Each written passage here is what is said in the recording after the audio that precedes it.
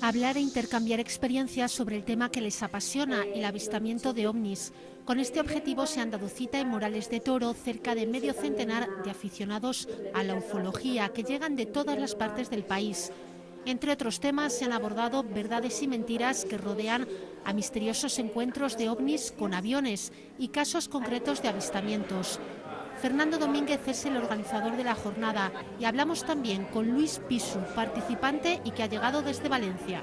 Pues estas jornadas consisten en reunir anualmente a diferentes investigadores apasionados del mundo de la ufología y el mundo de los misterios, y pues somos diferentes grupos que se reúnen una vez al año. Hay gente que viene desde Toledo, gente que viene de Valencia, gente que va a venir de Madrid, Valladolid, Zamora y muchos otros lugares más. Diferentes ponentes y cada uno con diferentes ponencias de círculos de las cosechas.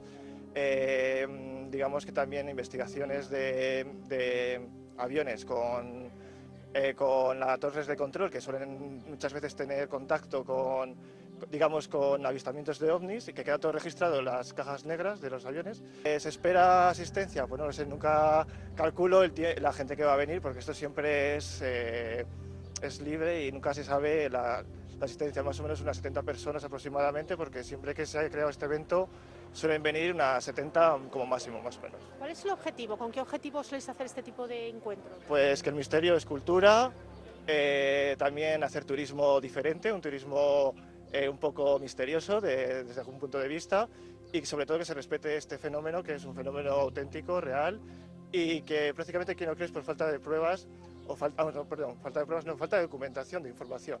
Pues es un avance de mi futuro libro que saldrá después de verano.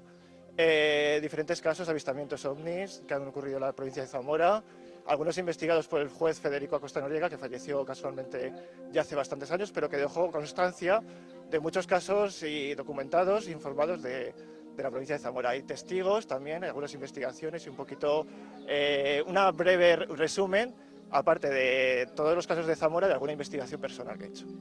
En el caso de la provincia de Zamora, ¿ha habido alguna época o algún lugar donde sea especial ese tipo de avistamientos? Pues Sanabria es zona mágica, pero de todas maneras dicen que Zamora es una zona alta de avistamientos ovni. Ocurren unos 50 avistamientos casualmente en verano aproximadamente, eso según la prensa lo comunicó así, porque había más investigadores en Zamora que se dedicaban un poco a la investigación de este tema. Claro, cuando hablamos de avistamiento ovni no tenemos por qué hablar siempre de algo identificado, ¿no? Que hay veces que, bueno, que puede deberse a cualquier tipo, a mucha tipología, ¿no? Efectivamente, mira, casualmente en mi charla voy a hablar de un supuesto avistamiento ovni que ha ocurrido en el año 2017 y se vio en Toro, pero resultó que fueron maniobras del grupo militar RACA 11 de Burgos, que estuvieron en Monte la Reina, y que, claro, creó una expectativa de avistamiento ovni en toda la provincia impresionante, que mucha gente, pues claro, me mandó fotografías, vídeos, pero luego llegamos al final de la cuestión, a la realidad, que es lo que nos interesa, a buscar una respuesta a esos objetos no identificados, que muchas veces sí son identificados. ¿Por qué participáis? ¿Por qué os gustan este tipo de jornadas? Bueno, el hacer jornadas creo que es una de las misiones que en realidad tendría la etapa final de la investigación, ¿no? De la investigación final del fenómeno OVNI. Es muy interesante el que la gente, el público en general, pues pueda recibir esta información de primera mano, y entonces estas jornadas sirven un poco para dos cosas. Una, realizar esa función, y luego la otra, pues unificar un poco y conocernos personalmente toda la gente que estamos relacionados con este tema. Me imagino que también es muy interesante que pongáis en común, bueno, pues distintas experiencias o casos que surgen en distintas zonas de España. Sí, por supuesto, siempre vamos barajando casos, siempre hablamos sobre todo de esos casos que están así un poco olvidados, que no están en los libros, que te han contado, y bueno, pues todo eso lo que hace es conformar y conjuntar un poquito todo el fenómeno OVNI. Es un conjunto, pero bueno, un poquito más en petit comité.